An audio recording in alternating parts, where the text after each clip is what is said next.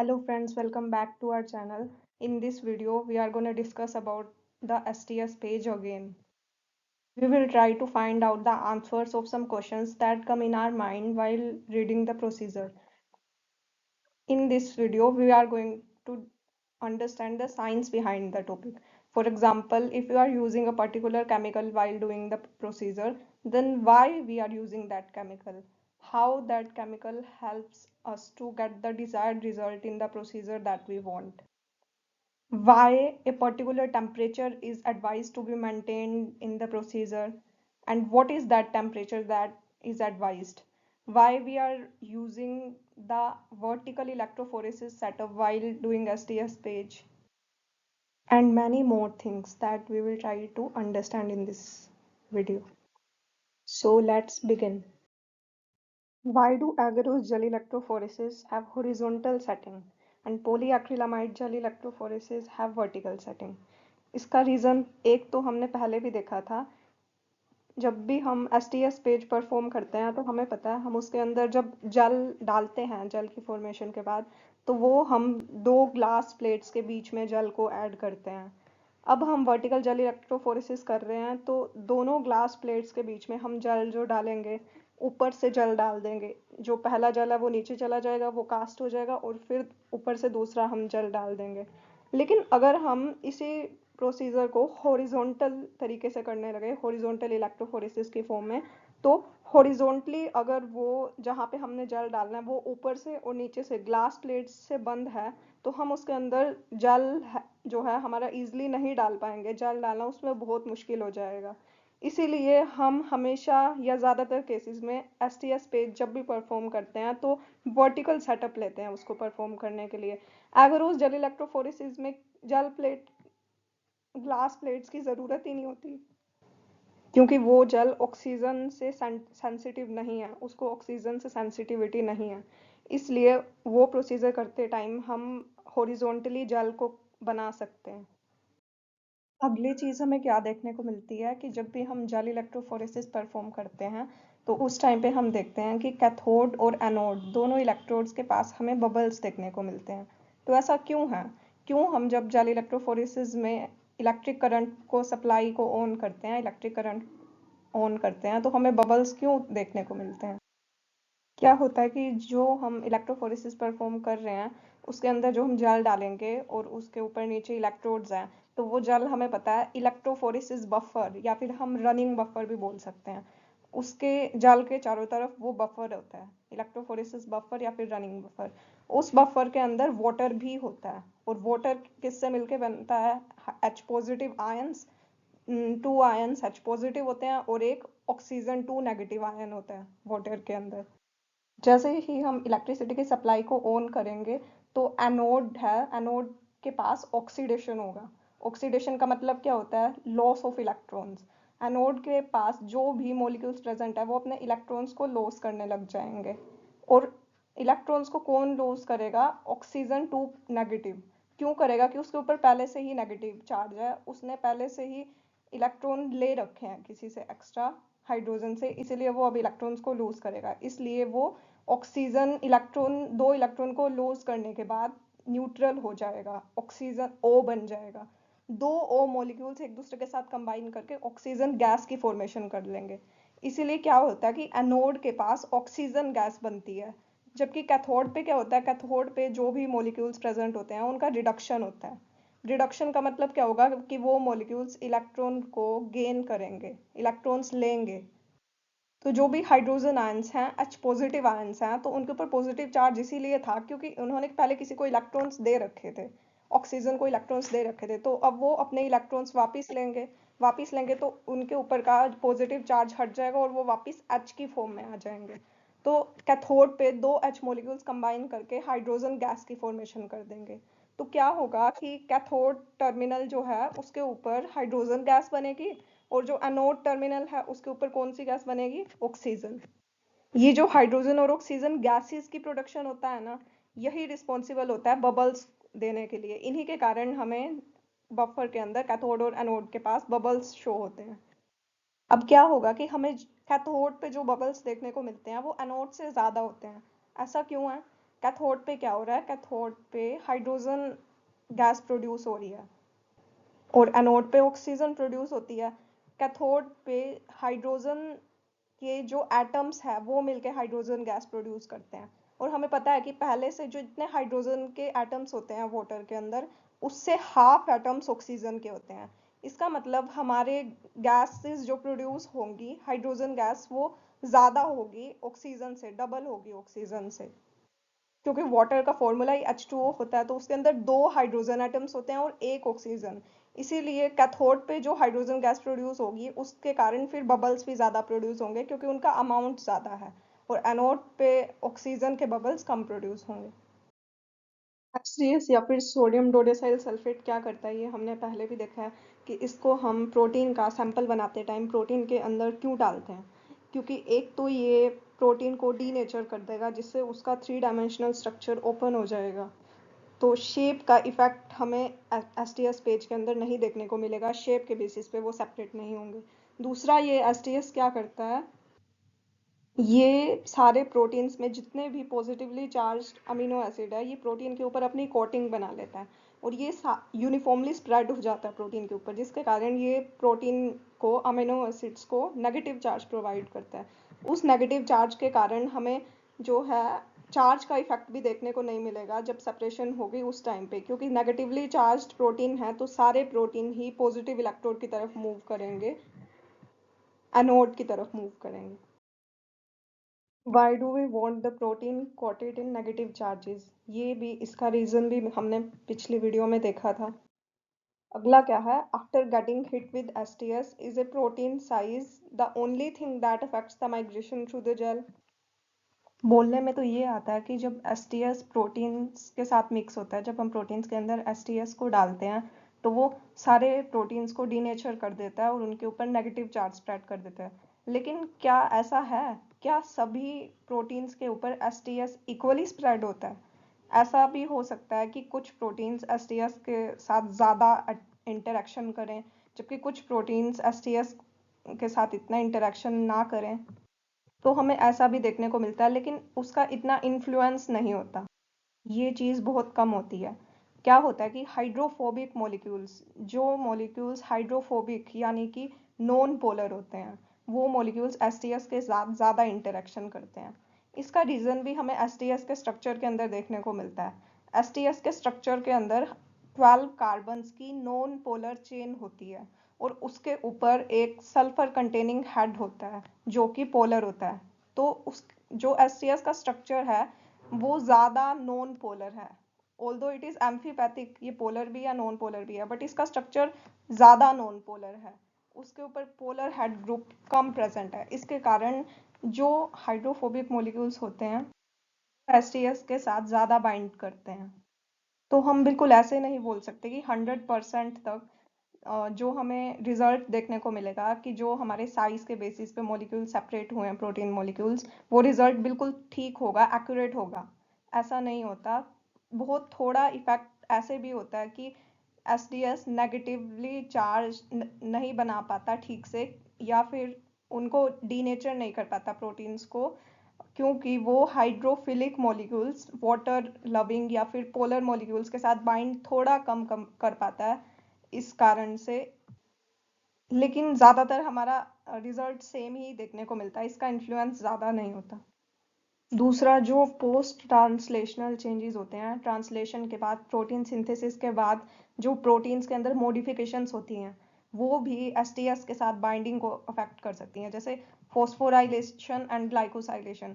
जब protein phosphorylated हो जाते हैं, मतलब उनके ऊपर फॉस्फेट ग्रुप अटैच्ड हो जाता है, और फॉस्फेट ग्रुप क्या होता है, नेगेटिवली चार्ज, मतलब प्रोटीन के ऊपर ऑलरेडी नेगेटिव चार्ज आ जाएगा, तो एसटीएस भी नेगेटिव है, उनके कारण फिर इंटरेक्शन कम होगा, वो एसटीएस कम बाइंड कर पाएगा फॉस्फोराइलेटेड प्रोटीन के साथ।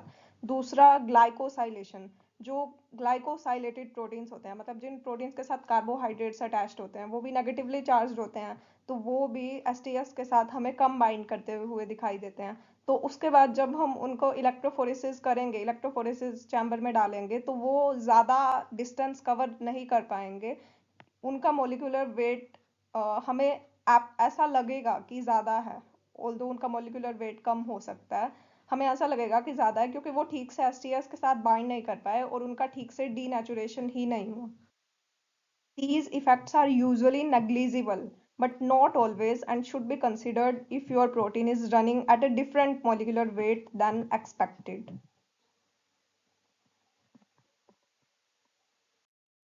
अगला क्या है, what is in the running buffer? Running buffer के अंदर क्या क्या कंपोनेंट्स होते हैं? उसके अंदर मेनली दो कंपोनेंट्स होते हैं, एक तो ग्लाइसिन और एक एसडीएस। एसडीएस का रोल सेम है, हम एसडीएस को रनिंग बफर के अंदर भी ऐड करते हैं, जैसे हम उसको प्रोटीन के सैंपल के अंदर ऐड करते हैं। दूसरा ग्लाइसिन, इस ग्लाइसिन का रोल हम आगे देखेंगे।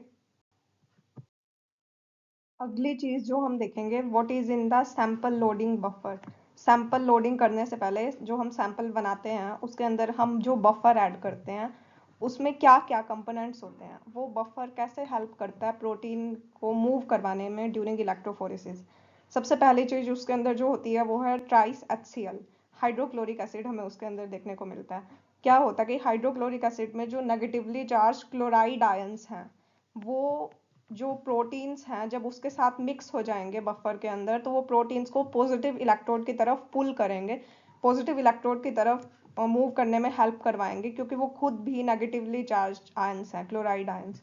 दूसरा हम इसके अंदर क्या डालते हैं, एसडीएस ग्लिसरॉल। एसडीएस हम उसको नेगेटिव चार्ज प्रोवाइड करने के लिए और डीनेचर करने के लिए डालते हैं। ग्लिसरॉल का क्या काम होता है, ग्लिसरॉल की डेंसिटी ज़्यादा होती है जिसके कारण जब हम उसको प्रोटीन के साथ मिक्स करेंगे तो वो जब प्रोटीन्स को हम वेल्स के अंदर डालेंगे तो वो वेल्स के अंदर बिल्कुल नीचे जाके सेट हो जाएंगे प्रोटीन्स। ऐसा नहीं होगा कि कोई प्रोटीन तो वेल में ऊपर से शुरू हो रहा है, वेल का भी एक साइज होता है, लंबे होते हैं, तो कोई प्रोटीन उसके ऊपर प्रेजेंट है, कोई उसके नीचे, कोई उसके साइड में। तो ऐसा ना हो, प्रोटीन एक ही लेवल से स्टार्ट हो, इसीलिए हम ग्लिसरॉल का यूज करते हैं जो डेंस होने के कारण प्रोटीन को वेल के बॉटम में ले आता है। दूसरा बीटा मरकैप्टोइथेनॉल, इसका यूज भी हमने पहले देखा था। ये प्रोटीन्स के अंदर जो अमीनो एसिड्स के अंदर सल्फाइड बॉन्ड्स होते हैं, डाइसल्फाइड बॉन्ड्स होते हैं जो उनका टर्शियरी स्ट्रक्चर की फॉर्मेशन में हेल्प करते हैं, उनको ब्रेक करने के लिए यूज होता है, क्योंकि इनके स्ट्रक्चर में खुद ही सल्फर होता है, खुद ही SH ग्रुप होता है। तो वो SH ग्रुप में जो सल्फर है वो प्रोटीन के सल्फर के साथ बाइंड कर लेगा और जिसके कारण प्रोटीन के अंदर जो टर्शरी स्ट्रक्चर है वो ब्रेक हो जाएगा। और लास्ट कंपोनेंट ब्रोमोफिनॉल ब्लू, ये ट्रैकिंग डाई है जो प्रोटीन, ये हमें दिखाएगी कि प्रोटीन जाली इलेक्ट्रोफोरेसिस कहाँ तक हो गया, प्रोटीन्स कहाँ तक पहुंच गया, उसके अकॉर्डिंग ये हमें ब्लू कलर प्रोवाइड करेगी।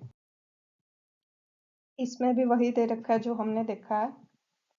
What is in the gels? Gel के अंदर क्या क्या होता है, ट्राइस HCl, एक्रिलामाइड, इनका ट्राइस HCl और STS का रोल हमने पहले भी देखा था। एक्रिलामाइड तो खुद ही एक जेल का कंपोनेंट है, इसी से तो जेल बनता है। उसके बाद अमोनियम परसल्फेट एंड टिमिड, इसका रोल भी हमने पिछले वीडियो में देखा था। ये प्रोटीन की इलेक्ट्रोफोरेसिस के लिए जो जेल है उसकी पॉलीमराइजेशन में हेल्प करते हैं।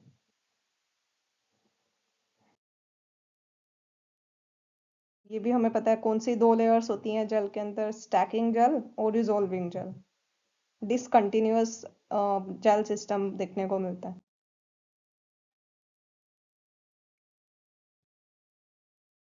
रिजॉल्विंग जेल तो एक्चुअल में प्रोटीन की सेपरेशन के लिए यूज होता है क्योंकि उसके अंदर छोटे साइज के पोर्स होते हैं, जबकि स्टैकिंग जेल है वो सारे प्रोटीन मॉलिक्यूल्स को एक ही टाइम पे रिजॉल्विंग जेल तक लेके आने के लिए यूज होता है।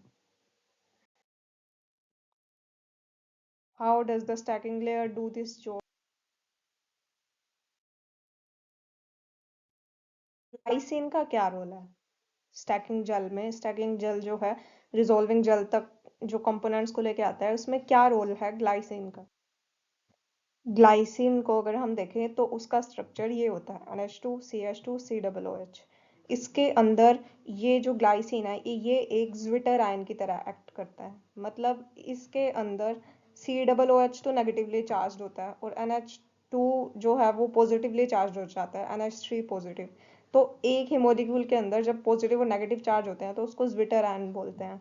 क्या होता है कि जब ग्लाइसिन तो हम बफर के अंदर ले रहे हैं, स्टैकिंग बफर के अंदर, जब हम बाहर के पीएच को देखें, अगर बाहर पीएच एसिडिक है, बाहर पीएच कम है, तो ये ग्लाइसिन क्या करेगा, ये अपने इलेक्ट्रॉन दे देगा, ये बेस की तरह एक्ट करेगा। अगर बाहर पीएच एसिडिक है तो इसके ऊपर क्या आ जाएगा, पॉजिटिव चार्ज हो जाएगा, ये NH3 पॉजिटिव बन जाएगा, ये सेम ही रहेगा COOH। जबकि अगर बाहर पीएच देखा जाए वो ज्यादा है, मतलब बेसिक पीएच है, तो ये इलेक्ट्रॉन ले लेगा, ये एसिड की तरह एक्ट करेगा और COO नेगेटिव बन जाएगा और NH2 एज इट इज रहेगा। और न्यूट्रल पीएच में ये ऐसा ही रहेगा, इस पर कोई इफेक्ट नहीं होगा पीएच। ये भी हमें दिखा रखा है, अगर पीएच एनवायरनमेंट में कम है, मतलब बाहर एसिडिक है, तो इसके ऊपर पॉजिटिव चार्ज आ जाएगा। जब इसके ऊपर पॉजिटिव चार्ज होता है तो उसको ग्लाइसीनियम कैटायन बोलते हैं, ग्लाइसीनियम आयन। जबकि जब इसके ऊपर नेगेटिव चार्ज होता है बाहर बेस होने के कारण, तो उसको ग्लाइसिनेट आयन बोलते हैं। ग्लाइसिनेट, नेगेटिवली चार्ज ग्लाइसिनेट और पॉजिटिवली चार्ज ग्लाइसीनियम आयन। और ज्विटर आयन तो हमें पता है, जिसके अंदर दोनों पॉजिटिव और नेगेटिव चार्जेस होते हैं। अब ग्लाइसिन का रोल क्या होता है, ग्लाइसिन स्टैकिंग लेयर में, स्टैकिंग जेल वाली लेयर में क्या काम करता है, हमें पता है ग्लाइसिन बफर के अंदर प्रेजेंट होता है। तो जब वो ग्लाइसिन स्टैकिंग लेयर के चारों तरफ जो बफर है उसको स्टैकिंग बफर बोलेंगे, उसके अंदर जो ग्लाइसिन है उसके ऊपर कैसा चार्ज होगा, उस पे नेगेटिव चार्ज होगा। वो नेगेटिव चार्ज क्यों होगा, क्योंकि स्टैकिंग लेयर में पीएच 8.3 होती है, मतलब बेसिक पीएच होती है। तो बाहर एनवायरनमेंट बेसिक होने के कारण ग्लाइसिन के ऊपर जो ग्लाइसिन है नेगेटिव चार्ज आ जाएगा, मतलब वो ग्लाइसिनेट एनायन बन जाएगा, जैसा हमने पहले देखा था। नेगेटिव चार्ज आने के कारण ये जो ग्लाइसिन है, जब हम इलेक्ट्रिसिटी को ऑन करेंगे तो ऊपर से जो स्टैकिंग बफर है वो आएगा और आके इससे टकराएगा। इससे टकराने से क्या होगा, ऊपर से जो बफर आ रहा है वो एसिडिक है, और नीचे जो अब ये ग्लाइसिन पड़ा है नीचे वाले बफर में वो बेसिक है नेगेटिव चार्ज होने के कारण। तो ऊपर से आने वाला बफर और नीचे से आने वाला बफर आपस में मिलके न्यूट्रल बना लेगा, तो इससे ग्लाइसिन न्यूट्रल हो जाएगा। जब ग्लाइसिन न्यूट्रल होगा तो वो दूसरे इलेक्ट्रोड की तरफ धीरे धीरे मूव करेगा, ज्यादा तेज स्पीड में वो मूव नहीं कर पाएगा, वो धीरे धीरे मूव करेगा, क्योंकि वो न्यूट्रल है, उसके ऊपर अपोजिट चार्ज नहीं है जिससे वो दूसरे इलेक्ट्रोड की तरफ बहुत तेजी से मूव कर सके। एक तो ये होगा। उसके बाद हमें क्या देखने को मिलेगा, जो क्लोराइड आयन है वो भी हमने देखा था कि बफर के अंदर होते हैं। वो क्लोराइड आयन नेगेटिव होने के कारण, ट्राइस HCl में जो क्लोराइड आयन है वो नेगेटिव होने के कारण वो बहुत तेजी से दूसरे इलेक्ट्रोड की तरफ मूव करेंगे, एनोड की तरफ मूव करेंगे। बहुत जल्दी मूव करेंगे तो वो सबसे आगे पहुंच जाएंगे, और जो ग्लाइसिन है वो धीरे मूव कर रहा है, वो सबसे पीछे रह जाएगा। और जो प्रोटीन है हमारा जो सेपरेट हो रहा है वो इन दोनों के बीच में कहीं लाई करेगा। इन दोनों के बीच में लाई करने के कारण वो बहुत जल्दी जल्दी आगे मूव नहीं कर पाएगा जो प्रोटीन है, और वो धीरे धीरे आराम से सेपरेट हो पाएगा, अच्छे से रिजोल्व हो पाएगा, अच्छे से सेपरेट हो पाएगा। इसीलिए हम यहाँ पे ग्लाइसिन और ट्राइस HCl लेते हैं कि ग्लाइसिन जो रिजोल्विंग जेल में है उसके ऊपर नेगेटिव चार्ज आ जाएगा, और जो ऊपर से आ रहा है ग्लाइसिन मतलब स्टैकिंग जेल वाला, उसके ऊपर पॉजिटिव चार्ज है, ये दोनों मिलके न्यूट्रल बना लेंगे, न्यूट्रल ग्लाइसिन। न्यूट्रल होने के कारण वो बहुत धीरे धीरे मूव करेगा और पीछे रह जाएगा, जबकि जो क्लोराइड आयन है वो सबसे आगे निकल जाएंगे और तेज मूव करेंगे। और इन दोनों के बीच में कहीं प्रोटीन होगा जो हमें सेपरेट करना है, और वो बहुत अच्छे से सेपरेट हो पाएगा। What happens to the proteins in the resolving layer, ये भी हमें पता है कि रिजोल्विंग लेयर में पोर्स छोटे साइज के होते हैं, जिसके कारण प्रोटीन्स अच्छे से सेपरेट हो पाएंगे एक दूसरे से और अलग अलग डिस्टेंस कवर करेंगे।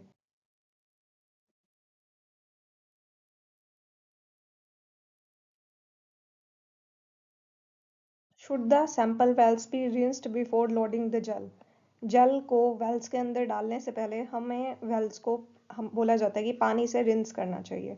ऐसा क्यों होता है, क्या बेनिफिट होगा पानी से रिंस करने का, क्या होगा, जब हम उसके अंदर पानी डालेंगे और उसके बाद फिल्टर पेपर से उस पानी को सोक कर लेंगे, वापस बाहर कर देंगे, तो उसके ऊपर थोड़ी सी पानी की लेयर रह जाएगी वेल्स के ऊपर। उसके बाद जब हम उस पानी पे अपना सैंपल डालेंगे तो जो पानी की डेंसिटी है और उस सैंपल की डेंसिटी है उनमें डिफरेंस होगा, उनकी डेंसिटी में डिफरेंस ज़्यादा होगा। ज़्यादा डिफरेंस होने के कारण वो जो मॉलिक्यूल्स हैं वो अच्छे से सेपरेट हो पाएंगे। अच्छे से वेल्स को क्रॉस कर पाएंगे। जबकि जो हम एगरोस जल ले रहे हैं उसकी जो डेंसिटी है और जो प्रोटीन्स जो हम सैंपल ले रहे हैं उसकी डेंसिटी, इन दोनों में ज्यादा फर्क देखने को नहीं मिलता। तो अगर हम वाटर से रिंस नहीं करेंगे तो वो ठीक से सेपरेट नहीं हो पाएगा। कैन जल temperature effect migration and if so should it be controlled? एक आइडियल टेम्परेचर कितना माना जाता है एसडीएस पेज के लिए? 10 से 20 डिग्री सेल्सियस माना जाता है। एसडीएस पेज परफॉर्म करते टाइम जो टेम्परेचर है वो बैंड्स कैसे बनेंगे उस चीज़ को अफेक्ट करता है। क्या होता है कि अगर टेम्परेचर बहुत ज़्यादा हो जाएगा तो जो प्रोटीन हम इसके अंदर ऐड करेंगे वो भी खराब हो सकते हैं। प्रोटीन भी जल्दी से टूट जाएंगे, डीनेचर हो जाएंगे, क्योंकि वो एक टेम्परेचर से ज़्यादा नहीं बेयर कर सकते। तो हमें टेम्परेचर को भी मेंटेन रखना पड़ेगा। टेम्परेचर को हम कैसे मेंटेन रख सकते हैं? हम ये कर सकते हैं कि हम जो जल बना रहे हैं उसके चारों तरफ आइस रखते हैं। उसका क्या बेनिफिट होगा? उसका एक तो टेम्परेचर मेंटेन रहेगा, जितना हम चाहते हैं उतना रहेगा। दूसरा उससे ये बेनिफिट होगा कि जो बफर है उसका अमाउंट भी बढ़ जाएगा, क्योंकि वो आइस मेल्ट होगी, उससे वाटर प्रोड्यूस होगा, वो बफर में ऐड होगा, तो जो बफर का अमाउंट है वो भी बढ़ जाएगा इससे।